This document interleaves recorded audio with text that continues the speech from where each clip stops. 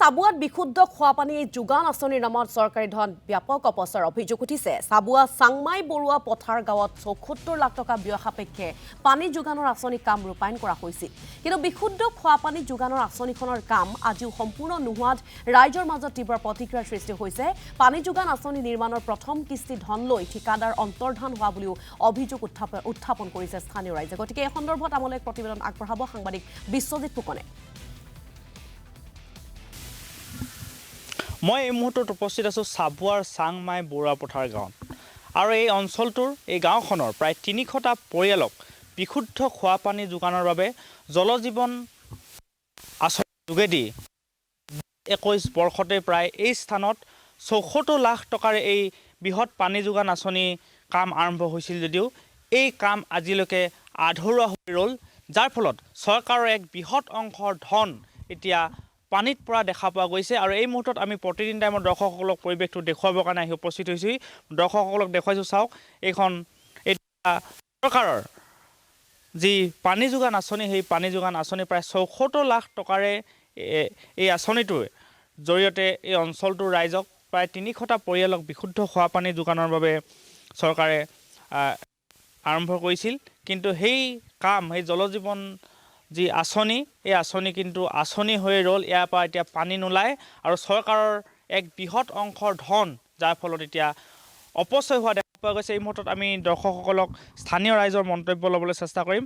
যিহেতু দেখা পোৱা গৈছে আপোনালোকৰ অঞ্চলটোত প্ৰায় ৩০০টা পৰিয়ালৰ বাবে বিশুদ্ধ খোৱাপানীৰ বাবে চৰকাৰে যি আঁচনি গ্ৰহণ কৰিছিল, এইটো এটা ভাল পদক্ষেপ। কিন্তু ৭৪ লাখ টকাৰ আৰম্ভ কৰা আঁচনিটো আধৰুৱা হৈ ৰৈ গ'ল। এইটো সম্পূৰ্ণ হ'ব বুলি ভাবেনে? আৰু চৰকাৰী যি ধন অপচয় হ'ল, কি ক'ব?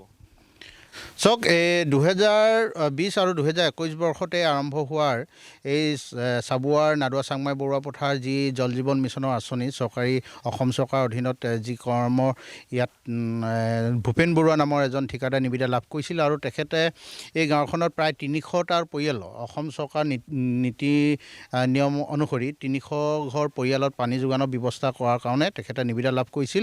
প্ৰায় ৭৪ লাখ টকাৰ এটা নিবিদা।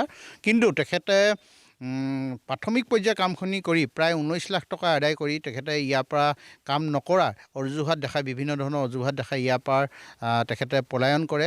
এই ক্ষেত্ৰত আমি ভূপেন বৰুৱাক, আমি স্থানীয় বাসিন্দা হিচাপে আমি তেখেতক তীব্ৰ ভাষাৰে গৰিহণা দিছোঁ। আৰু বিল পালে নাই? চাওক, বিল প্ৰথম অৱস্থাতে তেখেতে ১৯ লাখ টকা আদায় কৰি লৈ গৈছে। আৰু আটাইতকৈ পৰিতাপৰ বিষয়, এই বিষয়টোৰ ওপৰত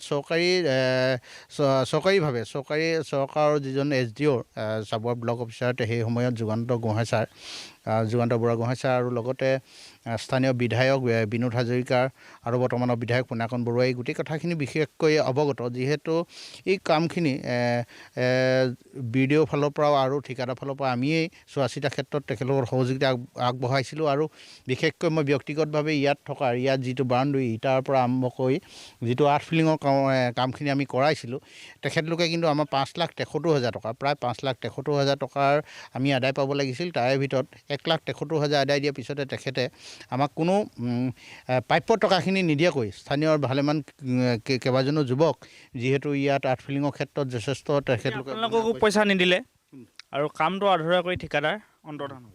হয়, ৰাইজৰ কি অসুবিধা হ'ব এতিয়া? চৰকাৰী ধনটো এনেই গ'ল। এতিয়া চৰকাৰী ধন এই একদম অপচয় হৈছে। গতিকে স্থানীয় বৰ্তমান বিধায়ক পুনাকন বৰুৱা দেৱৰ লগতে সেই সময়ত চাবুৱা সমষ্টিৰ বিধায়ক বিনোদ হাজৰিকা দেৱকো আমি বাৰম্বাৰ অনুৰোধ জনাইছোঁ যে, আৰু আপোনালোকৰ প্ৰচাৰ মাধ্যমৰ যোগেদি আমি বিশেষকৈ তেখেতলোকক আহ্বান জনাইছোঁ, পুনৰ যাতে এই আঁচনিখন জীৱিত হৈ উঠে, তাৰ বাবে আমি স্থানীয় বাসিন্দা হিচাপে আহ্বান জনাইছোঁ। আৰু লগতে ইয়াত স্থানীয় কেইবাজন যুৱকে ইয়াত বিশেষকৈ ইটাৰ পৰা আৰম্ভ কৰি আৰ্ট ফিলিঙৰ পৰা অন্যান্য দিশত যিহেতু সামগ্ৰী যোগান ধৰিছিলে, তেখেতলোকতো যিহেতু প্ৰাপ্য ধন আদায় দিয়া নাই, অতি শীঘ্ৰে ভূপেন বৰুৱাক আদায় দিয়াৰ ক্ষেত্ৰত দুইজন বিধায়কে আৰু জিলা উপায়ুক্ত মহোদয়ে সহযোগিতা আগবঢ়াবৰ কাৰণে মই স্থানীয় বাসিন্দা হিচাপে মই তেখেতলোকক অনুৰোধ জনাইছোঁ। হয়, এটা কথা ক'ব লাগিব, মই এই মুহূৰ্তত দৰ্শকক দেখুৱাইছোঁ পৰিৱেশ। আৰু যিহেতু যিজন ঠিকাদাৰজনে প্ৰায় প্ৰথম কিস্তি ধন উলিয়াই তেখেতে ইয়াৰ পৰা অন্তৰ্ধান হৈছে, কাম নাই কৰা। আৰু স্থানীয় যুৱকক যিহেতু কাম কৰিছিল, ইয়াত কৰিবলৈ দিয়া হৈছিল, কিন্তু স্থানীয় যুৱকক ঠগিও তেখেতে বৰ্তমান সময়ত এই স্থানলৈ অহা নাই।